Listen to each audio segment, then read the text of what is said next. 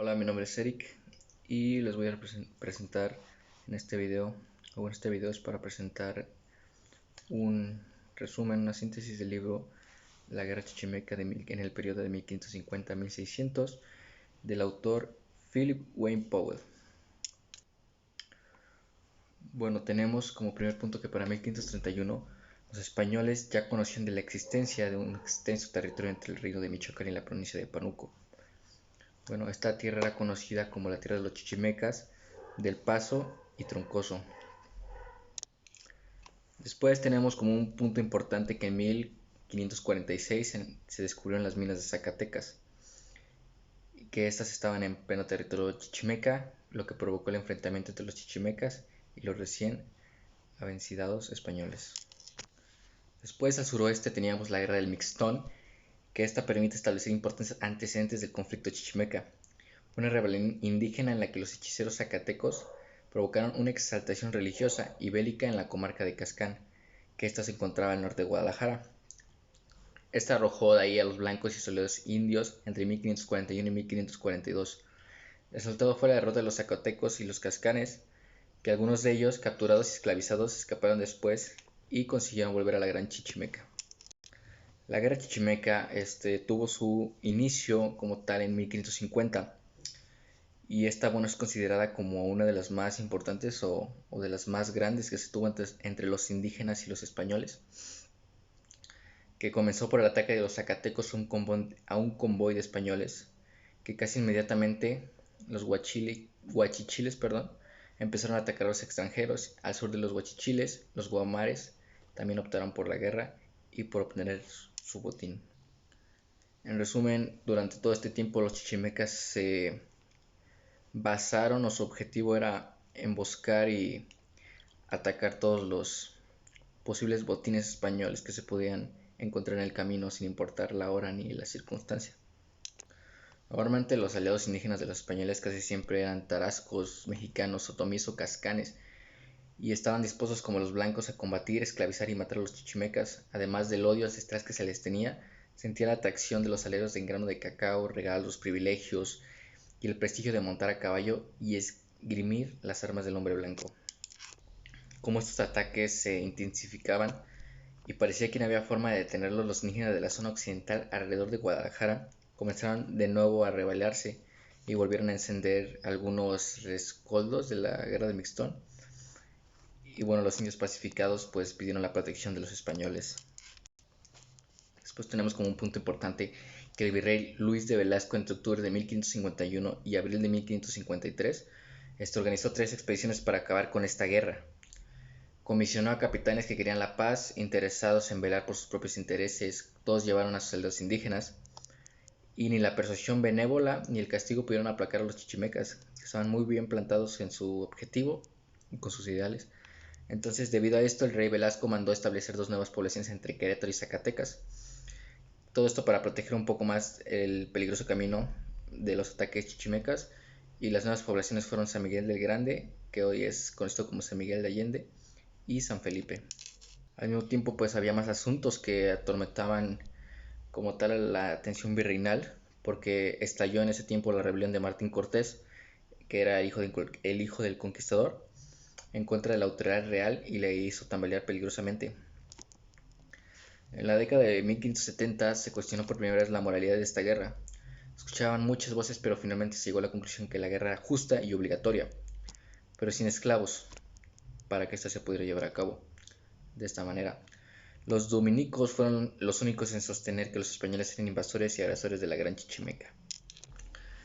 Fue en este contexto que a los 20 años de edad Miguel Caldera inició su participación formal en la Guerra Chichimeca, conflicto en el que se había transcurrido todos los días de su vida. Caldera nació en Zacatecas en 1548, entonces le tocó a partir de ese tiempo pues prácticamente cada día a día era vivir todos los acontecimientos de esta guerra.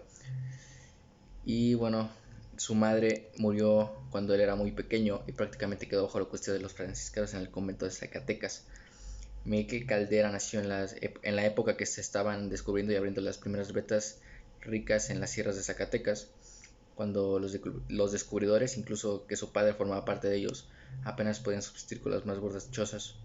peligrosamente rodeados por los muchos y amenazantes guerreros desnudos, vino la vida y llegó a este mundo en el campo abierto o en un refugio de los más primitivos, cerca del campamento minero de españoles, indios y negros, que en enero de 1548 fue proclamado como Nuestra Señora de Zacatecas.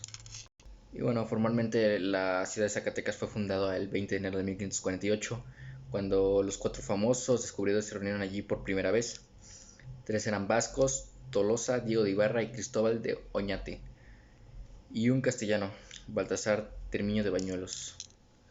En el desarrollo de la ciudad de Plata, la súbita llegada y multiplicación de los vestidos en el corazón de la gran Chichimeca hizo, como ya se señaló, que los desnudos tomaran el camino de la guerra en toda la vasta comarca que rodea las minas de Zacatecas.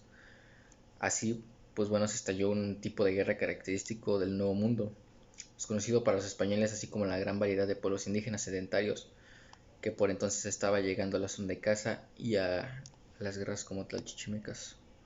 Los jinetes iban armados y venían por la angosta cañada donde crecía la ciudad. Estos a veces traían guerreros chichimecas cautivos y desnudos con su pintura de guerra, Con más frecuencia los prisioneros eran mujeres y niños.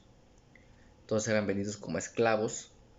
Era una violación a las leyes antiesclavistas del rey, pero los colonos, alejados y desdeñados de la autoridad real, no tenían muchos escrúpulos por el modo en que vengaban las depredaciones de los guerreros de aquellos parajes. La esclavitud era como tal un castigo y dejaba una ganancia bien recibida por la gente de la frontera. La milicia tenía una estructura y un comportamiento muy informal, estaba mal disciplinada y a menudo se luchaba sobre todo en defensa de su propia familia, sus propiedades y su entorno. Entonces, a veces sin paga real ni reclutamiento regular, sencillamente constituía una compañía militar que estaba integrada por el séquito, empleados o parientes de algún fronterizo.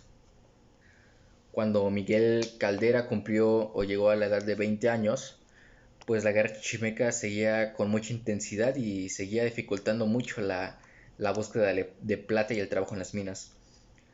Los ranchos de ganaderos en la frontera también se veían muy afectados, y sobre todo también los asentamientos. Tenemos que cuando Caldera se alistó en la milicia, participó en las ideas dominantes que había sobre los chichimecas. Años más tarde se dio cuenta de esto y de las medidas que durante tantos años habían intentado acabar con la que no habían servido mucho en ese entonces para poder encenderla. Fue hasta que en la década de 1580, cuando convertido ya en un capitán, recorrió por todos los confines de ese territorio y se dedicó a la pacificación de la Gran Chichimeca.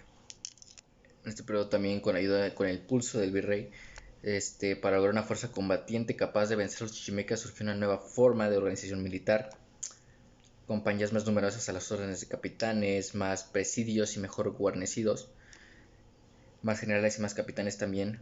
Y en suma, sobre todo el lustro que siguió a la crítica temporada de sequías de 1578 a 1579, vio surgir una verdadera milicia de la frontera, una fuerza militar integrada por soldados veteranos, residentes fronterizos y ciudadanos contratados por varios periodos de servicio para enfrentarse a las emergencias de esta guerra.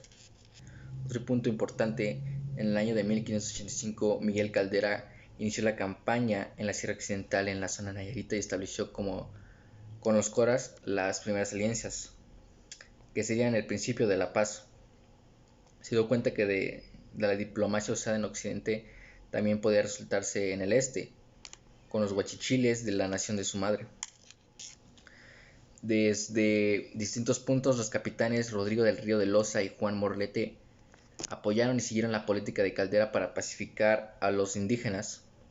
Se prometió a los chichimecas amnistía, alimentos, ropa, buenas tierras para establecerse, aperos agrícolas, enseñanza de la agricultura, preparación religiosa y plena protección de sus personas y sus derechos. Sobre todo, a cambio debían renunciar a la guerra, aceptar la enseñanza cristiana y afirmar su lealtad a la corona española. Todo esto se podía plantear debido a que durante 48 años la situación cambió bastante. Entre las personas que habían logrado establecerse, conquistadores o indígenas, existía un deseo generalizado de paz, y los chichimecas por su parte estaban muy desgastados ya.